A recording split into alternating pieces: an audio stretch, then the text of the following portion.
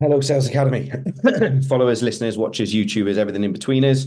Um, Thank you for tuning in. Thank you for following. Thank you for sharing, commenting, engaging.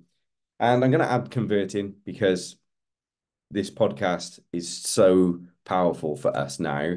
And I'm going to continue to do it in the way that I've always done it, which is genuine, authentic musings about conversations and things that have come up because that really is the shit that's landing. And that's what's making it powerful. So thank you.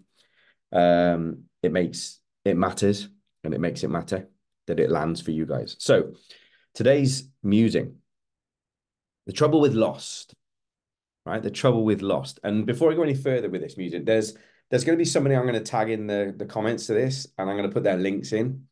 And this is somebody I've known for many, many years. This is a gentleman by the name of Martin Seville. And Martin Seville runs a couple of businesses, Empathy Coaching, and he also runs Extraordinary Life and Extraordinary Life events, which are breakthrough events and stuff where you break arrows, you firewalk, and all that sort of stuff.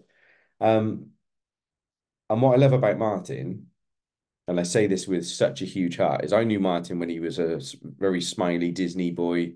Everything he wore was Disney tie, Disney socks, and things like that. Like we worked together when we were like, I was 19 or whatever it was, 20. And I never knew the sadness behind the guy's smile. I never knew the sadness behind the guy's smile. And for a few years that broke my heart that he was struggling and I never knew. Um, and that's not a case of, oh my God, I could save him, or whatever it is. No, no, it's not that. It's about I just never really saw what was going on. And that hurts. That hits, you know? So when we were having a conversation the other day, and the reason I'm doing this podcast is I was going to mention it in the call with him, because it's so important, the message that he's putting out there. Martin nearly took his own life. And if you hear Martin's story in full, he's I think he's 4 or 5 times now. His life has almost ended. So and a couple of those I think were his own doing, and others were accidents and things like that. But it's the frailty of life in lots of senses, right? So, but this isn't necessarily gearing up to be a melancholic, is that the right word? Music. But the trouble with Lost, there are three things. You remember like Fight Club, right? What's the number one rule of Fight Club? Yeah, right. We don't talk about Fight Club. And it's almost like the three rules of Lost that I'm seeing and experiencing and feeling. And this really came out in the conversation with the people that Martin's helping and supporting to get past the challenges that they're facing in life, right? With real empathy, with real life lived experience, not textbook bollocks. This guy's been there to the absolute edge more than once, and he's learned to live with those thoughts. He's learned to live with a better approach to life, a better attitude to his own self-compassion and the compassion of others. He's learned to develop skills, and he's got a backpack now of survival and thriving that is a different way of living to how he was for years. And he's got a beautiful family, huge loving support and all that sort of stuff. But even so, and he's had that for many, many years, he felt very alone at times, very lost. And the people that are reaching out to him and his message is landing with feel the same. So this came up as a thought process, but I didn't want to bring it up in the coaching call because I actually thought at the time I'm gonna do a podcast on this, and I'm gonna mention this guy and I'm gonna share his stuff because I want to help get his message out there. Because I am a guy, I am a man, and I'm 48. So they say the men are the most dangerous thing to themselves up to the age of 45 because we take our own lives quietly. We don't talk about it, we just do it.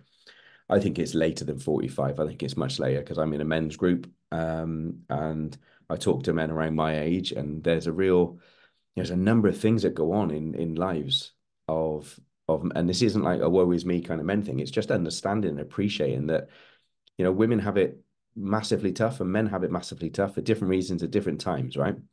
But there are plenty of men out there who find themselves separated from the person they were with, marriage breakdown or whatever it is, working hard, trying to provide, do all this sort of stuff, and then suddenly you're squatting in a bed sit, trying to make ends meet, sofa surfing, staying with mates until you can afford to get some rent together because all your money is going to provide for your kids, rightly so, and all that sort of stuff. But you're paying for a house you're no longer living in, and then trying to find the money to pay for a second house for you to live in to then help build a new life with your kids when you're allowed to have them and all that. It's crazy times. And there's so many men that are struggling with this stuff, you know? So the three rules of lost, or the trouble with lost, this whole point in the musing is there's three things that regularly come to light when I'm talking to people or experiencing people that are just feeling that little bit lost, and reflecting on my own loss and talking with Martin about when he was and some of the clients that he supports and stuff, and we talk in confidence. There's never any names, but it's the stories that we share in terms of where people are at. That's the stuff that resonates. And the first rule of being lost is we don't know we're lost. Whether that's practically, physically walking out in the frigging woods, right? You're walking for ages before you realize you're lost. The same in life, right? You could be going down a path, you're going on a journey, wherever you're going, a relationship, a career, developing a business. You don't know you're lost. That's the first rule of being lost. You don't know you're lost. All right. The second rule is we don't want to admit that we're lost. So even when the realization kicks in that, I don't know, we might be a little bit lost. I might not know where I'm going. This feels uncomfortable. I don't know where my bearings are. How do I get back to where I was? Right. We once we actually become aware that we're lost, the ego kicks in, fear, protection, survival, whatever it might be. But also, I don't accept that I don't know. I'm a grown up. I should know. So we don't want to admit that we're lost. So we kind of slip into that denial state. So first, we don't know we're lost. Then we don't want to admit that we're lost. And then the third thing is we don't know how to get unlost. So I've done some nav training in terms of gold standard nav training with the brilliant Steve Collis. I'm looking at doing hills and moorlands and stuff, possibly at some point, maybe even going to Mountain Leader. I don't know, but I love getting out and trekking, and I love walking with friends and family, and I love just getting in big blue sky or grey sky and green spaces, and exploring pathways that I've never gone before. And sometimes the weather conditions can get pretty tricky, pretty ropey, right? And it's like, so getting your bearings and re-establishing where you are, that's almost like that refocusing the compass, to the ground, not or to the map, and understanding where you are before you move, rather than just keep moving. So it kind of springs up in so many areas of life and business in the conversations I talk to people, to real human beings that are doing their best to make a living, doing their best to employ people, make a difference, put a product and service out there that changes people's lives, that enhances or adds valuable benefits, or make something simpler or smarter or whatever it might be. But behind it is somebody who's had the idea and backed themselves and built something. I was talking to somebody the other day who's running a retail shop, and they've really battled through COVID, and survived through COVID in a retail environment, and then picked themselves back up and recovered from that, because all the way through that they kept their staff employed and all that sort of stuff. And this isn't a massive chain. This is an independent retail shop in a town where they're making a difference to the children in that town, the elderly in that town, the community, the theatre, and all that sort of stuff. And the town has decided through a private agency, this is the council through a private agency, that suddenly their rent, their rates, their service charges, and everything else, everything's going through the roof. And it's like you're talking now, they want them to pay more than double what they were paying before, more than.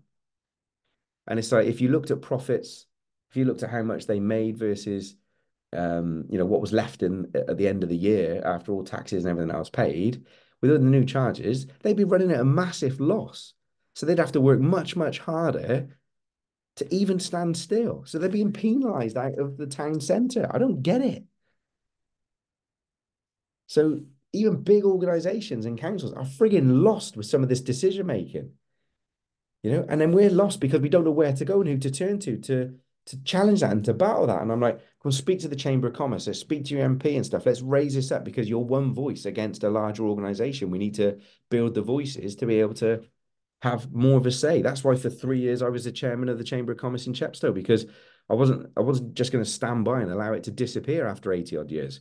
So I got involved because that's the kind of person I am. I can't just sit back and moan, right? It's about doing something practically. And these musings about getting you to kind of think and act differently, encouraging you, inspiring you, motivating you, educating you to get you to think and act differently and not just fucking comply, man. Because it's that kind of thinking of just complying and just going along with it. And then suddenly we're lost. And we don't know how the friggin' how we got here. And we don't accept what we are. And we don't know how to put it right. Just know you're not on your own, right? Just know you don't have to do it on your own and you don't have to battle it on your own. Don't. I'm not just. This isn't a plug for what we do. Yeah, you can talk to us, of course you can. But I mean, but reach out, talk to anybody, have a conversation. Firstly, become aware that you're in that state, aware that things are happening, aware that you're lost.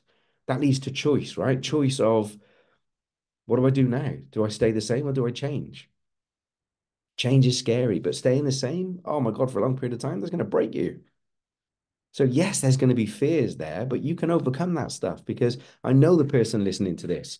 You faced things in the past that you never thought you would get through, but you did. You're still here being you, living, breathing, existing.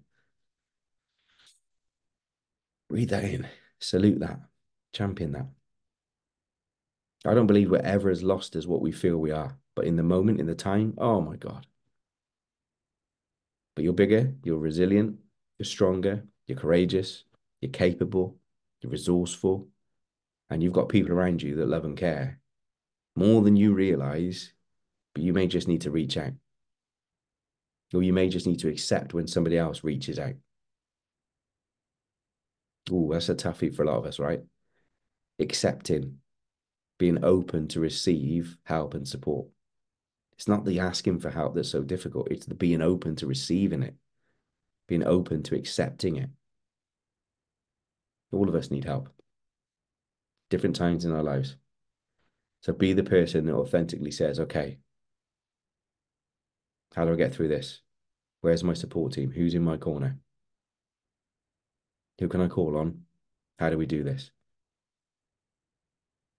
Let's get unlost. Right, that's it, guys. Peace out. Love you.